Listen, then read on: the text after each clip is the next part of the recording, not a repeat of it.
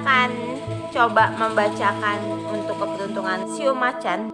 Bisa saya bilang di sini memang terlihat cukup besar kesehatan para Pisces di pekan ini ya. Full Maharani, The Tower di sini juga ada. Halo semua, apa kabar? Harus sehat dan harus bahagia ya. Terima kasih untuk yang sudah klik video saya, terima kasih banyak. Yang sudah subscribe lama juga terima kasih untuk kalian semua. Saya pernah mengalami kejadian yang mana pita suara saya tidak bisa bicara. Jadi saya sangat menghargai kata-kata, saya sangat menghargai kapan saya bicara, karena saya pernah merasakan saya tidak bisa bicara.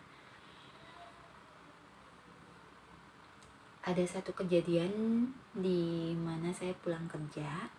Jadi saya pulang kerja itu pas maghrib, betul-betul di waktunya maghrib.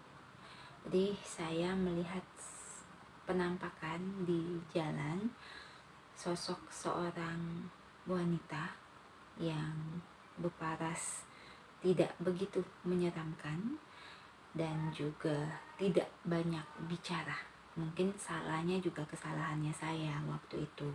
Jadi waktu saya pulang kerja, saya melihat penampakan itu ada berdiri di satu jembatan yang harus saya lewati memang setiap kali saya pulang kerja.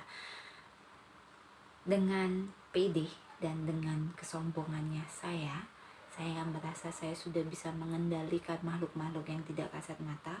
Saya lewat tanpa saya permisi, dan juga saya ngobrol dengan teman saya dan melewati makhluk itu persis. Jadi makhluknya di sini saya lewatin persis. Jadi saya menembus raganya, raga makhluk ini, dan menembus ke saya.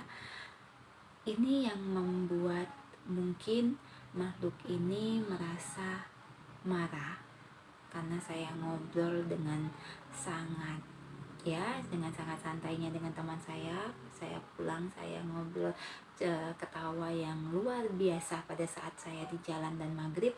Dan akhirnya pada saat saya melewati jembatan itu, sosoknya tidak menyeramkan, seorang wanita parubaya seperti biasa,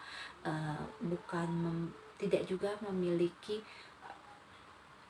penampakan yang menakutkan. Sangat bisa saya bilang cuma mempunyai muka yang cukup pucat saja dan tidak begitu menakutkan untuk saya lewatin. Nah, di sini dengan kesombongannya saya melewati tanpa permisi, dan akhirnya pada saat saya melewati itu mau sampai dekat di rumah saya merasakan pusing yang luar biasa.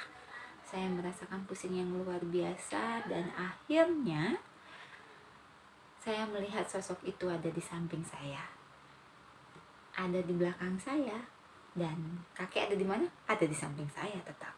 Dan kakek pun bilang ke saya, ini kesalahan kamu, ini yang harus kamu tanggung, yang harus kamu selesaikan sendiri, karena kesombongan dan karena juga cara kamu yang tidak baik. Ini yang bisikan yang kakek bilang ke saya. Dan akhirnya besok paginya saya tidak bisa bicara, saya tidak bisa memanggil saudara saya tidak bisa memanggil orang tua saya hanya bisa menjadi orang gagu. Ini yang saya bilang, makhluk kasat mata itu berdampingan dengan kita. Jika kita tidak mengganggu, mereka juga tidak akan mengganggu kita. Kurang lebih 3 hari saya tidak bisa bicara. Akhirnya pada saat saya pulang kerja, saya melewati lagi tempat itu, dan saya berdiri persis di mana tempat makhluk itu berdiri pada saat itu. Dan memang selama 3 hari dia ada sama saya, ada di damping saya, ada di samping saya pada saat saya tidur. Ya, saya cuma bisa bilang, saya minta maaf jika saya salah, saya minta maaf jika saya mengganggu, saya juga minta maaf. Ini pelajaran yang luar biasa ke saya, pelajaran yang sangat bisa membuat saya menjadi jauh lebih mengerti dan memahami makhluk-makhluk yang tidak kasat mata. Dan saya hanya minta kepada makhluk ini untuk kembali ke tempatnya, dan biarkan saya untuk bisa kembali ke kehidupan saya seperti semula. Dan akhirnya perempuan atau makhluk ini tetap stay di jembatan, dan saya berjalan pulang ke rumah saya.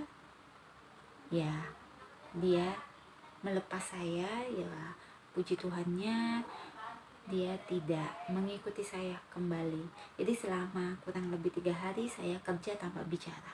Saya tetap pergi kerja, tapi saya tidak bisa ngomong, saya ganggu. Jadi saya ngomong sama teman saya nulis. Untungnya teman saya tidak banyak bertanya ada apa ke sayanya. Mereka juga memahami mungkin saya sedang sakit atau saya tidak ingin bicara. Tapi ya Tuhan masih sayang ke saya, dan makhluk itu juga memaafkan saya. Dia tetap stay pada saat saya mengembalikan makhluk itu ke tempatnya. Dia tetap stay di sana dan tidak mengikuti saya lagi kembali ke pulang ke rumah. Dan akhirnya saya bisa bicara kembali.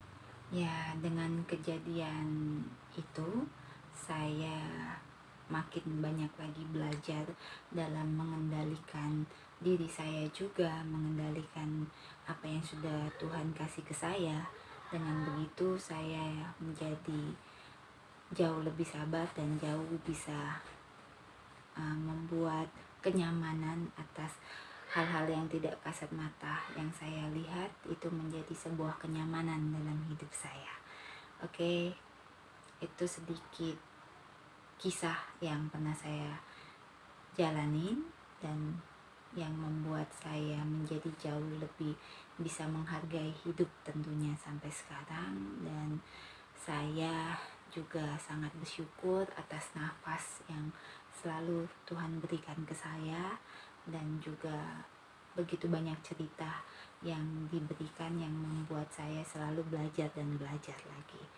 Semoga kisah saya bisa menghibur dengan kalian semua di waktu senggangnya, dan bisa juga berbagi ya, mungkin bagi kalian semua yang punya cerita atau kisah yang sama bisa share ke saya dan bisa cerita. Mungkin ada yang pernah mengalami hal yang sama.